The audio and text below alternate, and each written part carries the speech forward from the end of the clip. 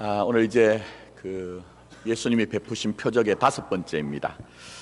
아주 잘 아는 사건이에요. 잘 아는 사건은 목사에게 고민이 더 많다는 얘기입니다. 마태복음 14장 그리고 마가복음 6장에도 동일한 사건이 등장하는데 강조점은 분명히 좀 다릅니다. 자, 오늘은 이제 첫 시간이기 때문에 다른 표적을 강의할 때처럼 전체적인 의미를 좀 탐색하는 시간을 가지겠습니다. 자, 이렇게 이제 말씀드린 의미는 조금 복잡할 수 있다는 것을 먼저 전제를 하고 말씀을 드립니다. 저도 이제 늘 표적의 첫 번째 시간을 준비한 게 힘들어요. 한 주 아니 그보다 더 많은 시간을 좀 들여서 자료를 또 찾기도 하고 또 책을 읽기도 하고 또 묵상하기도 했는데 사실 어제 이제 늦게 들어갔는데 힘들어서 저희 아내 보고 나를 사랑한다면 어깨를 주물러 주시오. 그렇게 얘기를 했거든요. 그래서 여러분이 좀 잘 따라와 주셨으면 좋겠습니다. 자, 본문 내용은 간단합니다. 물고기 2마리와 보리떡 5개로 5,000명을 배불리 먹으신 후에 제자들로 하여금 갈릴리 바다 건너편 가버나움으로 가라 그렇게 합니다. 가버나움은 이제 갈릴리 선교의 중심지입니다. 자, 그런데 배를 타고 가는 과정 가운데 풍랑을 제자들이 만났고요. 자기들 스스로는 이겨내지 못할 때 주님께서 바다를 걸어오셔서 그들의 배에 오르시고 그러므로 그들이 그곳을 건너갔더라 하는 그런 내용입니다. 자, 지금까지 여러분들이 이 본문의 말씀을 또 생각하기도 하고 또 때로는 말씀을 들을 때에 주로 이런 주제로 많이 들으셨을 겁니다. 우리가 어떻게 하면 고난의 바다를 건너갈 것인가? 어떻게 하면 역경을 이겨낼 것인가? 하는 그런 얘기를 많이 들으셨을 거예요. 물론 맞습니다. 저도 그런 부분을 언급을 하겠습니다만, 그러나 원래 이 요한 사도가 우리에게 말씀하신 본문의 이 사건은 그쪽에 강조점이 있는 것이 아니라는 것을 먼저 이해를 하셔야 됩니다. 자, 오늘 본문의 사건을 보시면 앞뒤로 배치된 사건이 있죠. 무슨 사건입니까? 오병이어의 표적을 통해서 너희들은 영생의 떡, 생명의 떡인 나를 먹어야 된다, 나를 믿어야 한다 하는 것들을 말씀하고 계세요. 그러니까 생명의 떡인 사건을 중심으로 해서 그 사이에 이제 이 사건을 넣어 놓으심으로 우리가 이미 지난번 표적도 예수가 누구신가 하는 것들을 말씀하는 것이라고 얘기했던 것처럼 이 사건도 예수님이 누구신가 하는 것들을 우리에게 설명하고 있는 사건이란 겁니다. 자, 그럼 먼저 좀 결론을 내리자면 주님은 어떠신 분입니까? 오늘 본문을 말씀 보시면 주님은 우리를 건너가게 하시는 분입니다. 물론 제가 이렇게 건너가게 하시는 분이라고 하면 당연하죠. 풍랑이는 갈릴리 바다 디베라 바다를 지나가게 하셨지 않습니까? 라고 생각할 수가 있습니다. 물론 제가 디베라 바다에 대해서는 다음 주에 조금 더 깊이 설명을 해드리겠습니다만, 그러나 여러분, 그 제자들이 고군분투하던 갈릴리 디베라 바다가 오늘날 신앙생활하는 저와 여러분에게 어떤 영적인 의미가 있느냐 하는 거예요. 자, 그래서 오늘 여기에 이제 보시면은 이 이제 바다를 건넌다는 의미를 이해하기 위해서는 조금 더 성경을 확장해서 확대해서 이해를 해야 됩니다. 자, 오늘 본문에 나타나는 이 제자들은 건너는 자들입니다. 성경을 보시면 건넌다는 개념이 굉장히 중요한 개념으로 등장합니다. 이 건넌다는 말이 최초로 등장한 것은 창세기 14장에 보시면 아브라함의 조카 롯이 고대 근동의 전쟁통에 휘말립니다. 자, 그때에 한 사람이 아브라함에게 와서 그 상황을 얘기를 할 때에 이런 얘기를 합니다. 14장 13절에 도망한 자가 와서 히브리 사람 아브라함에게 알리니 얘기했는데, 아브라함에 대해서 굳이 히브리 사람 이렇게 얘기합니다. 근데 이 히브리 사람이란 뜻이 무슨 말이냐? 건너온 자라는 뜻이에요. 그러면 이 아브라함이 건너온 자라는 의미가 뭐냐? 표면적으로는 원래 아브라함이 본토 친척 아비 집에 살 때 하나님이 갈 바를 알지 못한데 가라 하실 때에 그가 이제 가나안 땅으로 들어올 때 그냥 들어온 것이 아니고 유프라테스 강을 건너기 때문에 건넌 자 이렇게 설명합니다. 자, 그러나 여러분 잘 이해를 하실 것은 이 건너온 자라는 의미가 그렇게 강을 건넌 현실적인 표면적인 의미만 있는 것은 아니라는 거예요. 성경적으로는 건너야 되는 대상인 강이든지 바다든지 이것을 전부 다 어떤 것을 표상하는 것으로 얘기를 하고 있습니다. 그것은 바로 죄나 육적 자아나 옛사람이나 어둠이나 심판을 상징하는 것으로 강과 바다를 얘기합니다. 자, 그래서 여러분 요한계시록을 조금만 읽어보신 분들은 새하늘과 새 땅이 임할 때 다시 뭐가 없다고 얘기를 하죠? 바다가 없더라고 얘기를 하는 거예요. 바다가 없더라. 바다가 없다는 것이 이상한 얘기가 아니고 하나님이 완성하실 그 마지막에 하나님의 나라의 완성은 바로 죄와 또 육적자와 옛사람과 어둠과 심판과는 상관이 없는 것이라는 것을 설명하기 위해서 바로 다시는 바다가 없더라 이렇게 설명을 하고 있는 것입니다. 자, 그러면 이제 이해가 되시겠습니까? 여러분, 여기 건논자라는 이 말이, 히브리 사람이라는 말이 단순히 유프라테스 강을 건너기 때문이 아니라 본토와 친척과 아비의 집으로 상징이 되어진 죄나 육적자나 또 옛사람이나 어둠이나 심판으로부터 끌어낸 사건, 곧 이것이 구원이라는 것을 하나님께서는 건논 사건을 통해서 말씀하고 계시다는 것을요. 그래서 여러분, 성경적으로 구속사의 굉장히 중요한 사건들은 건너는 사건으로 많이 설명합니다. 자, 예를 들면 애굽에 종살이하던 이스라엘 백성들이 이제 그들이 출애굽을 하여서 모세를 머리로 해서 어디를 건너죠? 홍해를 건너는 사건. 또 광야에 있던 이스라엘 백성들이 여호수아를 머리로 해서 어디를 건넙니까? 요단강을 건너는 사건. 이게 전부 다 하나님의 구원이 무엇인가를 설명하는 것이죠. 자, 그러면 오늘 본문 말씀에 주님께서 바다를 건너게 하셨습니다. 그럼 이것은 무엇을 얘기할까요? 바로 오늘 우리 주님께서는 우리의 죄와 우리의 육적자와 옛사람과 옛성품과 그 어둠과 심판으로부터 우리를 끌어내어서 그것을 건너가게 하시는 분이라는 거예요, 여러분. 그래서 성경이 우리에게 이런 것들을 자꾸 여러분의 이해하고 설득을 시키기 위해서 여러 가지 장치를 했습니다. 자, 여러분, 제가 이미 지난번 표적을 강의할 때 말씀드렸지만, 자, 예수님이 그 오병이어의 기적을 베푸신 곳이 동쪽 광야라고 얘기를 했어요. 근데 주님이 지금 건너가자고 하거든요. 그럼 어느 쪽으로 건너가는 겁니까? 서쪽으로 건너가는 거죠. 근데 이런 패턴은 여기에서만 드러나는 것이 아니고 성경에서 계속적으로 드러나고 있습니다. 제가 이미 말씀드린 것처럼 애굽으로부터 홍해를 건너 가나안으로, 광야에서부터 요단강을 건너 가나안으로, 그리고 오늘 이게 나온 말씀처럼 오병이어를 베푸신 그 베다니 광야로부터 갈릴리 바다를 지나서 가버나움으로, 이렇게 전부 동편에서 서편으로 옮겨가는 어떤 사람들, 이스라엘 사람이든지 제자들이든지, 이스라엘 사람들은 모세와 여호수아를 머리로 해서 건넜지만 이 제자들은 예수를 머리로 해서 건너는 모양을 통해서 우리에게 진짜 구원이 뭔가를 설명하고 있는 거예요, 여러분. 그래서 여러분, 오늘 본문의 사건도 결국은 실용적인 의미에서 여러분이 어떻게 하면 역경을 이길 것인가, 고난을 이길 것인가 하는 그쪽으로 빨리 달려가지 마시고 이 표적을 주신 근본적인 의미를 알아차리셔야 된다는 거예요, 여러분. 자, 그러면 우리 주님은 우리를 건너게 하시는 분입니다. 우리 주님이 우리를 건너게 하는데 어디로부터 우리를 건너게 하시는 분입니까? 죄로부터, 육적자와 옛사람과 옛성품과 어둠과 심판으로부터 주님이 교회와 성도들을 건너가게 하시겠다는 거예요, 여러분. 그래서 우리 주님께서 로고스, 곧 말씀이신 주님이 이 땅에 육신을 입고 오셨을 때 그 이름을 이미 정하셨죠. 예수라는 이름.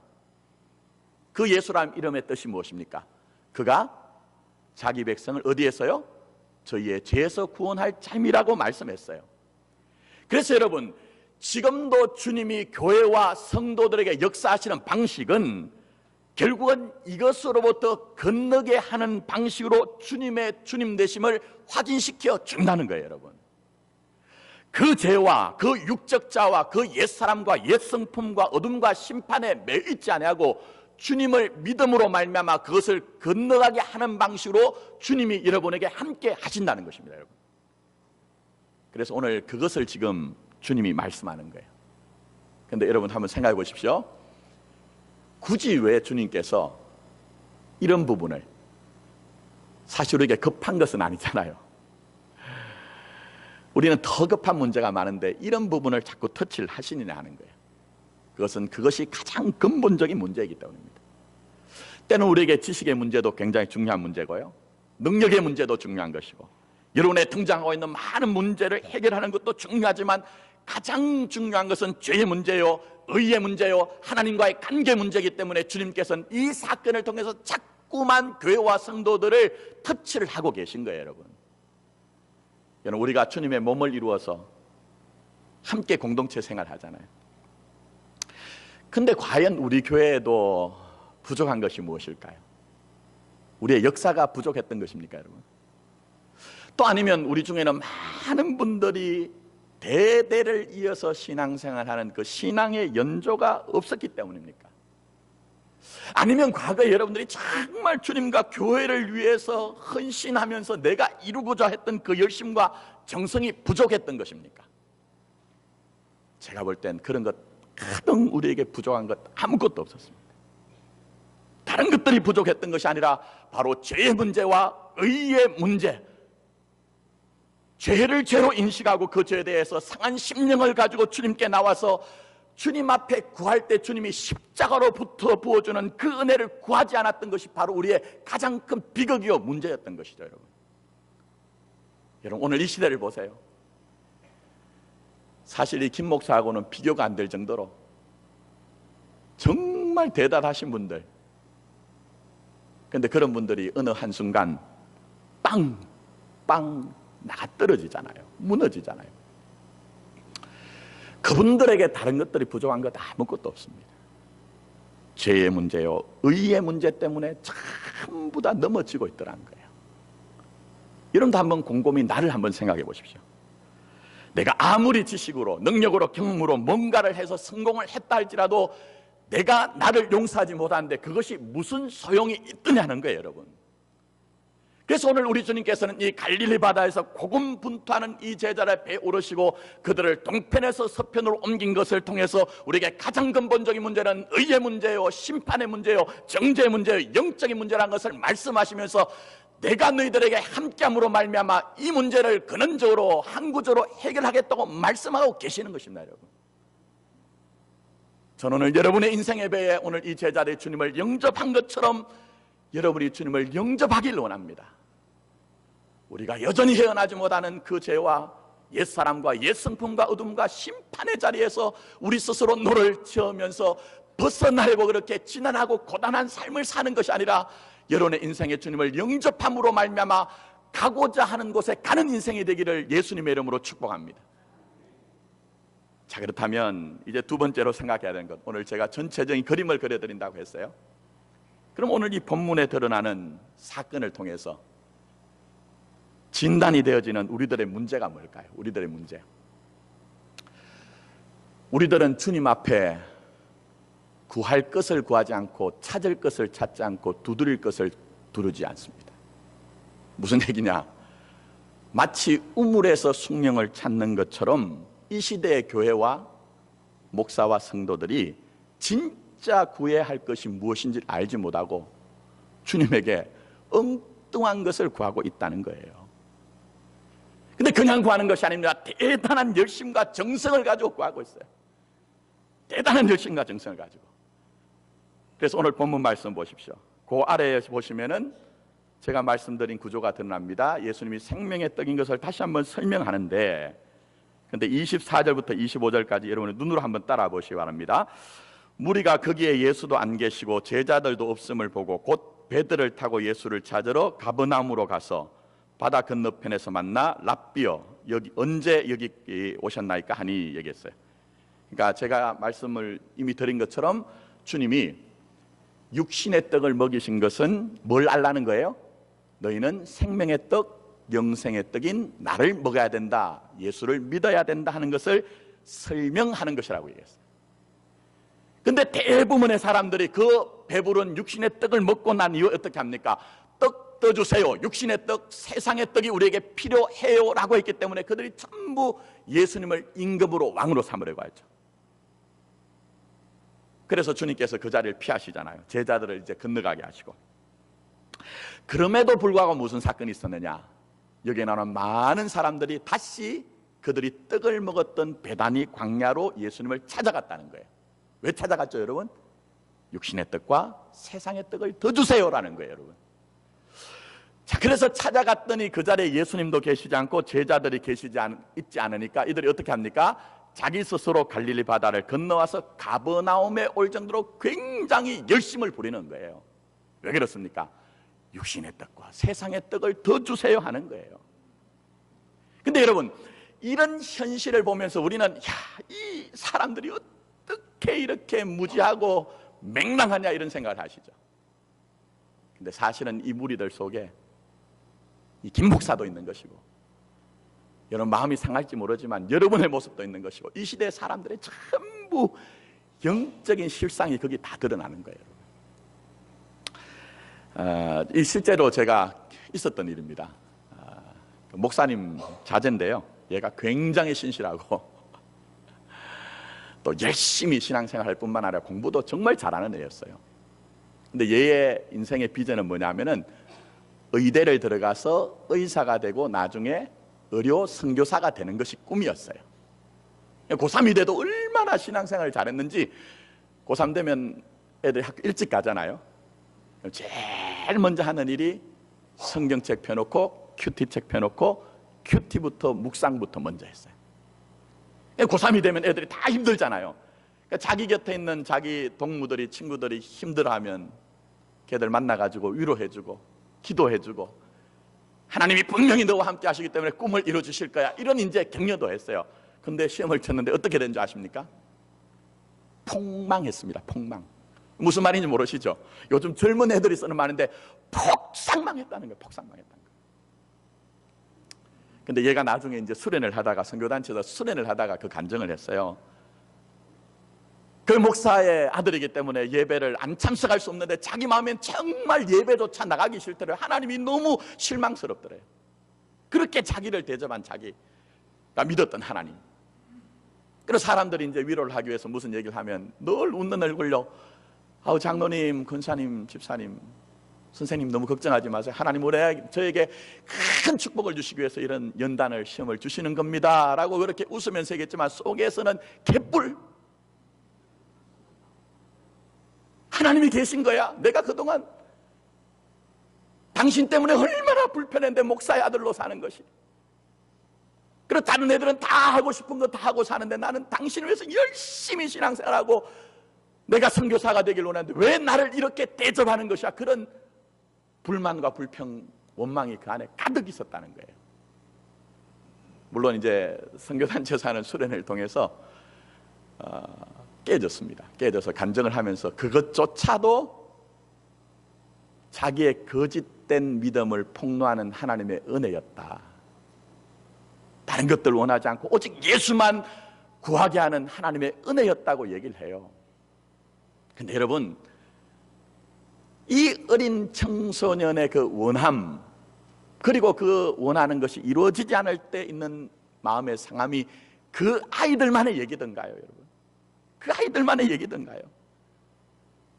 바로 이 김 목사의 모습이요, 여러분의 모습일 수가 있고 이 시대에 예수를 믿는 교회들과 성도들의 모습일 수 있지 않느냐는 거예요, 여러분. 자, 이렇게 말씀드리면 어떤 분들은 마음속에 아유, 당신은 믿음이 적어서 그렇지, 이런 이제 반문을 하시고 의문을 제기하실 수 있는데 제가 한번 여쭤보겠습니다. 사도 바울이 갈라디아서 5장 24절에 이런 말씀하세요. 그리스도 예수의 사람들은 육체와 함께 그 정욕과 탐심을 십자가에 어떻게 해요? 못 박았느니라 얘기합니다. 못 박겠다는 것이 아니라 못 박았다는 거예요. 근데 정말 여러분들 안에 있는 그 정욕과 탐심이 예수의 십자가에 못 박혀서 지금 전부 다 죽어 있는가요, 여러분? 여러분, 그 정욕 빠데마라는 것은요, 내가 인간관계에서 얻는 모든 유익과 어떤 힘과 능력을 이 빠데마, 정욕이라고 얘기합니다. 당장 여러분, 오늘 이 예배가 끝나고 난 후에 여러분이 대구로 돌아가셔서 내 남편이, 내 아내가, 내 부모가, 내 자녀가 내 마음 몰라주면 어떻죠? 말은 하지 않지만 섭섭하잖아요. 섭섭하잖아요. 예? 그 정도로 정에 굶주린 것이 우리 자신의 모습이에요. 또 제가 목회를 하다 보니까요, 가끔 시험 드시는 분들이 있어요. 근데 제일 힘든 것 중에 하나가 이런 일들로 시험 드신 분도 있더라고요. 마음이 어려워가지고 나중에 이제 잘 예배도 안 나오고 이렇게 해서 전화하고 신방해보면 이런 얘기를 해요. 목사님, 혹시 저 미워하시는 거 아니에요? 아유, 아닙니다. 무슨 얘기예요? 무슨 말씀이십니까, 집사님? 그러면 얘기하신 게 그거예요. 목사님, 지난번에 저한테 악수를 하시는데 그 전주에 악수하셨던 강도하고는 전혀 달랐어요. 전혀 달랐어요. 뭔가 저를 미워하시기 때문에 그렇게 악수하신 거 아니에요? 여러분, 우리가 그 정도로 정에 목마른 거예요, 여러분. 그럼 탐심, 욕심, 이 에피데미아, 정말 우리가 십자가에 죽었던가요, 여러분? 한번 생각해 보세요. 이 김 목사도 안 돼요, 여러분. 제 친구 목사가 저하고 아주 절친입니다. 중마고처럼 지낸 친구가 교회 수양관을, 영성훈련장을 개원을 했어요. 제가 가서 이제 축하를 해줬는데, 그런데 정말 마음으로 진심으로 축하를 해주고 교회로 오는데 뭔가 밑에서 쑥 올라오는 게 있어요. 또 제 친구는 목회를 하고 있는 친구인데 교회 부설로 종합복지관을 개원을 했어요. 그래서 가서 또 축하를 해줬는데 또 제 마음에 쑥 올라오는 게 있어요. 축하를 안 한 게 아니에요, 여러분. 무슨 마음이 든지 아십니까? 운전을 해오는데, 하나님, 저는 뭐예요? 하나님, 저는 뭐예요? 저도 그렇게 제 일생을 주님 앞에 바치기로 했고 그렇게 열심과 정성을 다했는데 저 친구들은 하나하나 비전과 꿈이 이루어지는데 제 형편은 뭐예요? 제 처지는 뭐예요? 어떻게 이렇게 김 목사를 대접하는 거야 하는 그런 불만이 툭툭 튀어 올라오더란 거예요, 여러분. 그게 바로 인간의 본질이요, 실존이에요, 여러분. 그 탐욕, 욕심, 에피데미아가 죽은 것이 아니라 숨어있거나 혹은 목사이기 때문에, 중직자이기 때문에, 재직이기 때문에, 성도이기 때문에 표현하지 못할 뿐이지 사실은 끊임없이 내 안에서 역동적으로 나를 이끌어가는 것이 탐욕, 욕심, 에피데미아더라는 거예요, 여러분. 그게 바로 오늘 여기 있는 이 무리들의 모습이요, 우리들의 모습이라는 겁니다. 물론 여러분 걱정하지 마실 것은 주님은 좋으신 주님이에요. 그래서 여러분에게 어떤 형편과 사정을 제한하시는 분이 아닙니다. 우리 주님은 시편 94편 9절에 말씀하시기를 우리의 귀를 만드시니가 어찌 듣지 못하시며 우리의 눈을 만드시니가 어찌 보지 못하며 우리의 입을 만드시니가 어찌 응답하시지 않겠느냐라고 말씀했어요. 여러분의 모든 것들을 전부 하나님 앞에 제한 없이 가지고 나가십시오. 은혜 보좌 앞에 나가십시오. 우리의 일용할 양식을 구하게 하신 하나님 앞에 여러분이 토로하지 못할 것이 무엇이 있겠습니까? 작은 신음조차도 정말 하나님 앞에 나가서 여러분이 믿음으로 상한 마음을 주님 앞에 드리십시오. 그럴 때에 저는 여러분들이 정말 그것이 경제적인 문제든지 아니면 건강의 문제든지 인간관계 문제든지 자녀들의 문제든지 어떤 것이든지 응답하시는 좋으신 우리 주님을 만나는 기회가 되기를 원합니다, 여러분. 근데 중요한 것은 이것입니다. 그것보다 더 중요한 것은 우리의 신앙이 단순히 현실적인 문제가 해결이 되었다 혹은 해결이 되지 않았다는 쪽에서 승부를 거는 신앙이 되지 않기를 원하는 거예요, 여러분. 내 뜻이 이루어지는 것으로 여러분이 기쁨을 느끼고 그것으로 말미암아 행복한 인생이 되는 것이 아니라 주님의 뜻이 내게 적용이 되어지고 주님의 뜻이 여러분을 통해서 이루어지는 것에 여러분이 정말 기쁨을 느끼고 행복을 누리는 그런 하늘의 백성이 되기를 원하는 것입니다, 여러분. 그래서 이미 우리에게 네 번째로 보여주신 이 오병이어의 기적도 마찬가지였잖아요. 주님이 왜 굶주린 사람들에게 그 육신의 떡을 주셨죠? 그 육신의 떡을 통해서 아모스서 8장 11절의 말씀, 내가 기근을 땅에 보내리니 양식이 없어 주림이 아니며 물이 없어 가람이 아니요 여호와의 말씀을 듣지 못한 기갈이라. 너희들의 인생에서 만나는 모든 배고프게 목마른 그런 인생의 사건들이 전부 다 영생의 떡, 생명의 떡인 예수가 부족하다는 것을 알고 그 예수를 구하는 인생이 되어라 하는 것을 알리기 위해서 오병이어의 표적을, 기적을 베푸신 것입니다, 여러분. 그렇다면 여러분, 인생의 길을 가시면서, 믿음의 길을 가시면서 어떤 일을 만나든지 주님 앞에 다 아뢰십시오. 다 아뢰십시오. 그러나 그것을 통해서 거기에만 머무지 마시고 더 많이 예수를 배워가고 예수를 체득하고 예수를 믿어가는 여러분의 삶이 되어지기를 원합니다. 그렇다면 오늘 사건도 분명하죠, 여러분? 이 바다를 건너게 한 것은 제가 말씀드린 것처럼 바다는 바다가 아니라 바로 여러분의 영적인 현실을 보여주고 있는 거예요. 죄 가운데 있는 우리들, 육적 자와 옛사람을 벗어버리지 못한 우리들, 여전히 너희는 빛이라고 말씀하였지만 어둠 가운데 거하고 있는 우리들, 심판당하여 정죄감을 가지고 살아가는 우리들의 모습을 여기에 그려내고 있는 거예요, 여러분. 그리고 이 어두운 밤바다에서 자기 스스로 노를 젓기 위해서 힘쓰고 있는 이 제자들은 바로 우리들의 모습을 대표해서 그렇게 하고 있는데 그것으로는 해결이 되지 않더라는 거예요, 여러분. 그래서 결정적으로 주님이 그 밤바다를 걸어서 제자들의 배에 오신 것입니다. 그리고 그 배에 오르심으로 말미암아 결국은 자기 스스로는 그들에게 심판과 정죄와 사망밖에 남지 않을 수밖에 없는 현실이지만 주님이 함께 하심으로 말미암아 그곳을 건너가게 된다는 것을 우리에게 말씀하심으로 말미암아, 얘들아, 너희들의 인생의 배에 너희들의 지식과 경험과 능력과 의를 가지고 제발 지난하고 고단한 인생 살지마. 너희들의 인생의 배에 나를 초청하기만 해. 그러면 너희들이 가고자 하는 곳에 갈 것이야. 가고자 하는 곳에 갈 것이야. 너는 의의 사람이 될 것이고 하나님과의 관계 속에서 풍성함이 무엇인지를 하나하나 배워가는 인생이 될 것이야. 우리 주님이 말씀하고 계시는 것입니다, 여러분. 그러므로 여러분, 어떤 일이든지 예수를 구하십시오. 어떤 일이든지 예수를 알게 해달라고, 예수를 배우게 해달라고, 예수와 함께하는 삶이 되게 해달라고 간구하십시오, 여러분.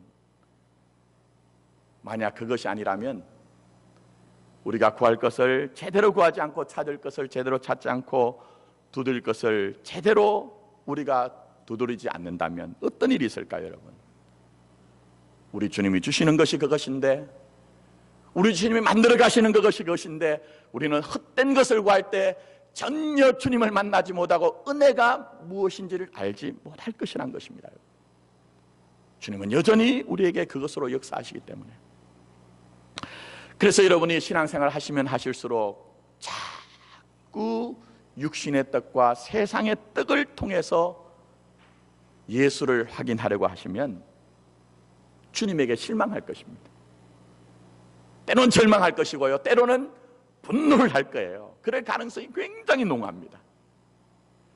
또 내가 그동안 오랫동안 믿어오던 신앙의 연조도 있고 교회 직분이 있기 때문에 표현은 하지 못할지만 사실은 모든 것들을 다 자포자기하고 은혜를 받지 못하면서도 받은 척하는 아주 이중적이고 위선적인 신앙생활을 할 가능성이 굉장히 높다는 거예요, 여러분. 그러므로 여러분, 우리가 이 마포교회에서 함께 신앙생활 하실 때 제대로 구하십시오. 제대로 찾으십시오. 제대로 문을 두드리십시오. 무엇으로요? 예수를 알게 해달라고, 예수를 제대로 믿게 해달라고, 예수와 함께 동행하는 인생이 되게 해달라고. 여러분이 그렇게 간구하실 때만 제대로 예수를 믿고 만나고 우리 주님이 십자가에서 부어주시는 그 은혜를 우리가 만날 수가 있을 것입니다. 왜 그렇습니까? 주님이 궁극적으로 여러분에게 주시는 것은 바로 구속곧 죄사함의 은혜가 무엇인지를 알게 하시는 것이고, 또 더 나아가서는 은혜와 평강과 의와 진리에 관한 것이기 때문에 만약 여러분들이 여전히 신앙생활을 하면서 오늘도 세상의 떡과 육신의 떡만 구한다면 대단히 죄송한 말씀이지만 구하여도 구하지 못할 것이고 찾아도 찾지 못할 것이고 문을 두드려도 열리지 않을 가능성이 굉장히 높다는 것입니다. 저는 다시 한번 여러분을 이 신앙의 자리로 초청합니다. 여러분들이 정말 주님 앞에 나가실 때 주님의 은혜를 구하십시오. 주님, 내가 오늘 이 땅에 살 때 현상적인 것도 굉장히 중요하지만 나를 이 죄와 사망과 저주의 바다를 건너게 해달라고 주님 앞에 탄식함으로 간구하십시오. 이 동일한 사건에 대해서 마태복음에서는 베드로는 주여 나를 구하소서라고 얘기했습니다. 주여 나를 구하소서. 이 죄와 저주와 심판과 옛자와 옛 성품을 처리하는 것은 나 스스로 도무지 어떻게 해결할 수 없사오니 주님, 이 격동된 바다에서 주님이 나를 건너가게 해주시오, 나를 구원해달라고 분명히 기도를 했잖아요, 여러분. 그래서 오늘 이 예배 가운데 있는 저와 여러분들도 주님 앞에 나올 때에 바로 그 주님을 만나길 원하고, 그 주님 앞에 죄와 이 의와 심판과 우리에게 있는 저주를 주님 앞에 맡기기 시작할 때 우리에게는 그 이전에 알지 못했던 큰 은혜가 우리 교회와 여러분에게 임할 것입니다. 이제 말씀 맺습니다. 혹시 여러분 이런 소리 들어보셨습니까? 아재 아재 바라, 아재 바라 성아재. 무슨 얘기죠, 여러분? 김 목사가 첫 번째 설교가 힘들다고 하더니 이거 준비하느라고 정신이 이상해졌나? 그게 아니고요, 여기에 나오는 이 바라 아재 아재 바라 아재 바라 성아재라는 말은 모든 종교와 모든 인생들의 염원입니다. 그 뜻은 이렇습니다. 가자 가자 이곳에서 저곳으로 영원히, 가자 가자 이곳에서 저곳으로 완전히. 근데 여러분, 아담 이래로 부정모혈로 태어난 모든 인생들이 자기 혼자 단독적으로 저 죄의 바다, 심판의 바다, 저주의 바다, 그 어둠의 바다를 건너갈 수 있던가요, 여러분? 절대로 건너갈 수 없습니다. 절대로 여러분 건너갈 수 없습니다. 그래서 오늘 우리 주님께서는 우리에게 다시 한번 우리 인생의 배에 주님 당신을 초청하라고, 영접하라고 말씀합니다. 만약 여러분의 인생의 문제가 경제의 문제라면 열심히 성실하게 일하십시오. 또 여러분의 문제가 건강의 문제라면 평소에 먹는 것과 운동을 잘 하시고, 혹시 문제가 생기는 경우에는 좋은 의사를 찾아가십시오. 또 여러분의 자녀의 양육의 문제라면 좋은 교육 전문가들, 상담가를 찾아가십시오. 그러나 정말 이 예배 가운데서도 여러분 가운데 나의 근본적인 문제는 죄의 문제요, 의의 문제요, 심판의 문제요, 내 옛사람을 벗는 것의 문제라는 것을 느끼시는 분이 있다면 아무쪼록 이 험난한 바다에서 자기 스스로 노를 젓지 마시고 그 바다를 건너서 여러분에게 오시는 주님을 무시하거나 지나치지도 마시고 주님을 영접함으로 말미암아 가고자 하는 곳에 가는 여러분의 인생과 믿음이 되기를 예수님의 이름으로 축원합니다. 오직 예수 기도드리겠습니다. 교회가 무엇인지, 성도가 무엇인지